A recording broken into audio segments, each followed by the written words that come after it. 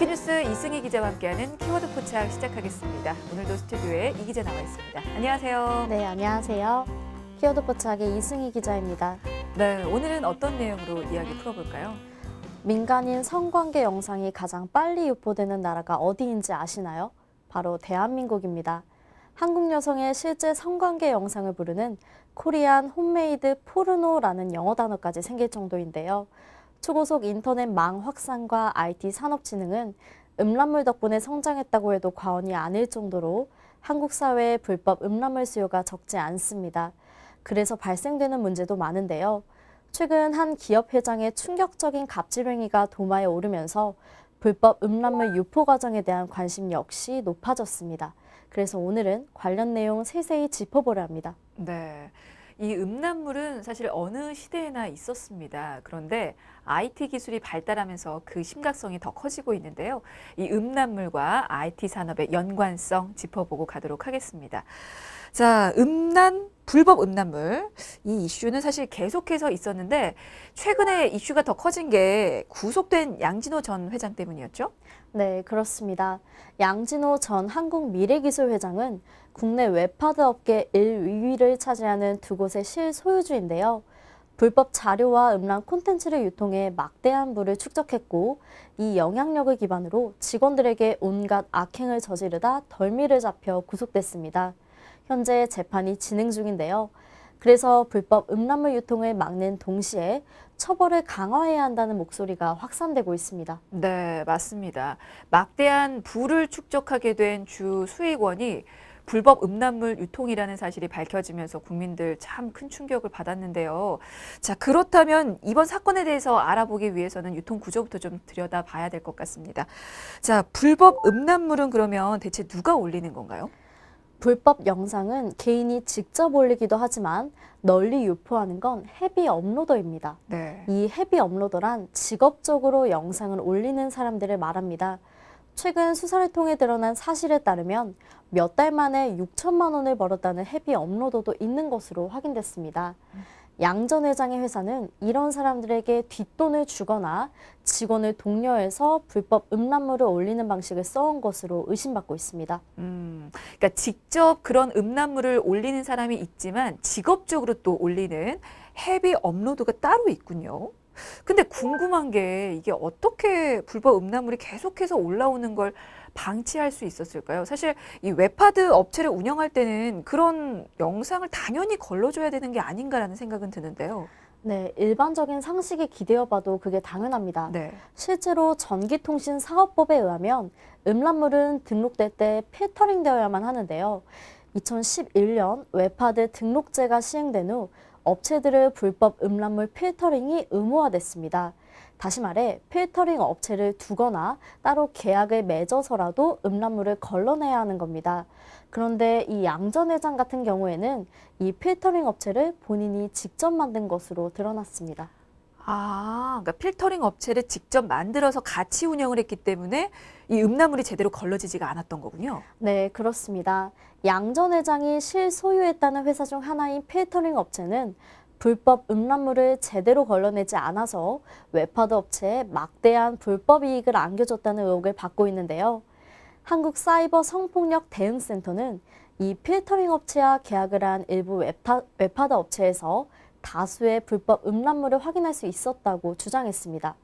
그러니까 최선을 다해 불법 음란물을 필터링하지 않았다는 의혹이 제기된 겁니다. 그러니까 웹하드 업체와 이 필터링 업체를 함께 운영해서 이 필터링 프로그램이 작동하지 않도록 임의로 좀 조정을 했을 텐데요.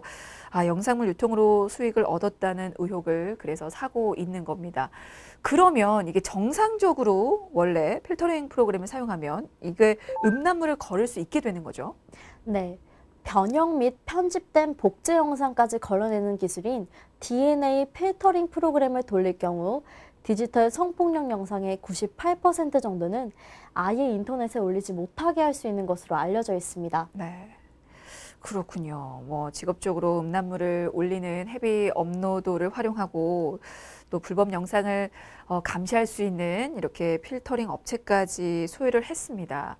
그러면 양진호 전 회장은 불법 음란물의 유통에 전반적으로 관여를 했다고 볼 수가 있겠네요.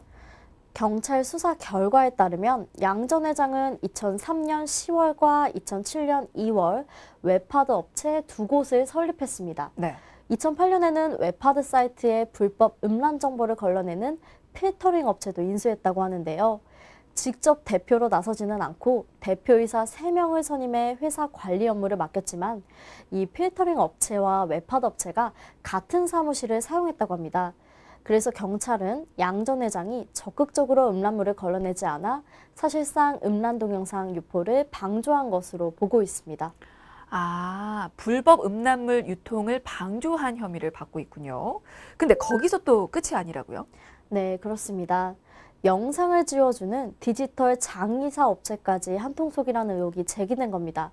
앞서 언급한 필터링 업체가 디지털 장의 업체를 운영하며 수익을 얻은 것으로 드러났기 때문입니다. 네. 디지털 장의사라는 명칭도 조금 생소하실 텐데요.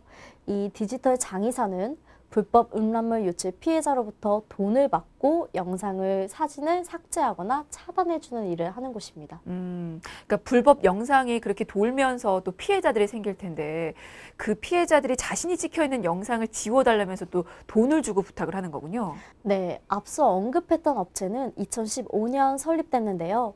온라인의 특성상 지속적으로 의뢰를 하지 않으면 영상은 온전히 차단되기 어렵기 때문에 불법 음란물 삭제 비용은 3개월에서 6개월에 50만 원 선이라고 합니다.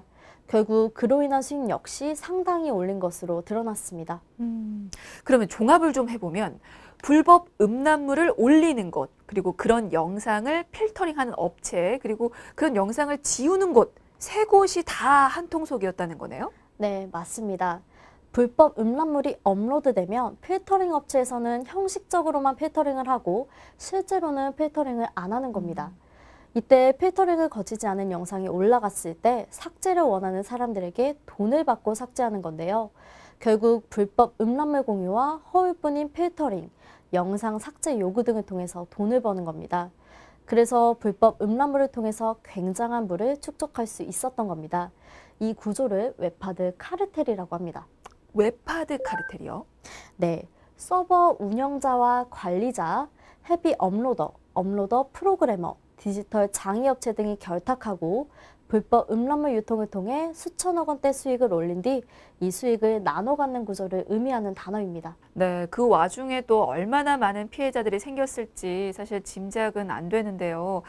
자, 그렇게 카르텔 구조를 취한 웹하드 업체는 양진호 전 회장의 업체 이외에 혹시나 더 있을까요? 네, 국내에 무려 20곳 이상이 존재하는 것으로 알려졌습니다. 또 해외에 IP를 두는 경우도 많은데요. 양 전 회장은 구속되었지만 그렇게 헤비 업로더와 필터링 업체 간의 공생과 방조 속에 불법 음란물은 끊임없이 올라오고 있습니다. 네. 자, 그리고 양진호 전 회장으로 인해서 음란물 웹하드 수사가 진행될 때 이게 같은 혐의를 받고 있는 인물이 하나 더 있었죠? 네, 바로 숙박 애플리케이션을 운영하는 신명섭 전 대표입니다. 이 심 전 대표도 음란물 유통 방조 혐의로 검찰에 송치됐습니다. 음란물 427만 건을 유통해 52억 원의 수익을 올린 혐의를 받고 있는데요. 심 전 대표는 과거 웹하드를 운영하긴 했지만 현재는 지분을 모두 매각한 상태라면서 해명했습니다.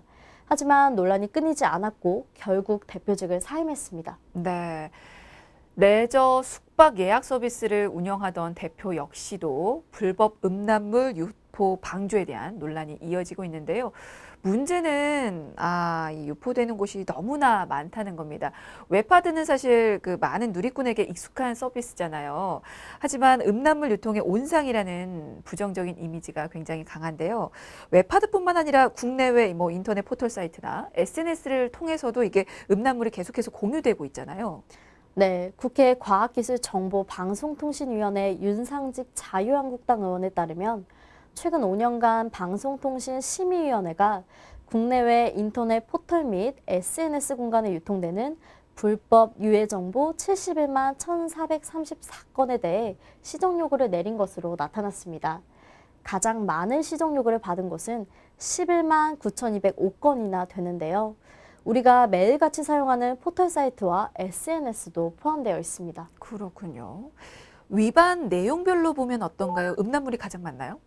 네, 성매매와 음란이 17만 7,088건으로 가장 많았습니다.